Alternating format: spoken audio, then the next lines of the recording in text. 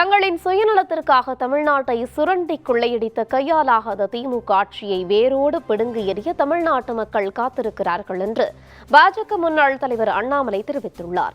பாஜக முன்னாள் தலைவர் அண்ணாமலை வெளியிட்டுள்ள சமூக வலைதள பதிவில், தமிழ்நாட்டில் குடும்ப அரசியலும் ஊழல் ஆட்சியுமே அடையாளமாக கொண்ட ஒரே கட்சி திமுக தான் எனவும், கடந்த 5 ஆண்டுகால திமுக ஆட்சியில் தமிழ்நாடு இருண்ட காலத்தை சந்தித்துள்ளதெனவும் குற்றம் சாட்டியுள்ளார். திமுக ஆட்சியின் கையாலாகாத தனத்தால் தமிழ்நாடு போதைப் பொருட்களின் கூடாரமாகவும் பெண்களுக்கு பாதுகாப்பற்ற மாநிலமாகவும் மாறியுள்ளது எனவும், தேர்தல் வாக்குறுதிகள் எதையும் நிறைவேற்றாமல் சாமானிய மக்களை வஞ்சித்து ஊழலில் திளைக்கும் இந்த கமிஷன் ஆட்சிக்கு முற்றுப்புள்ளி வைக்க வேண்டிய தருணம் வந்துவிட்டதெனவும் தெரிவித்துள்ளார். செண்பகவல்லி அணையை சீரமைக்க துப்பில்லாத திமுக அரசு உழவர்களின் வாழ்வாதாரத்தை சிதைத்துள்ளது எனவும், உழவர்களின் கண்ணீருக்கு வரவிருக்கும் தேர்தல் விடை சொல்லும் எனவும் அண்ணாமலை தெரிவித்துள்ளார்.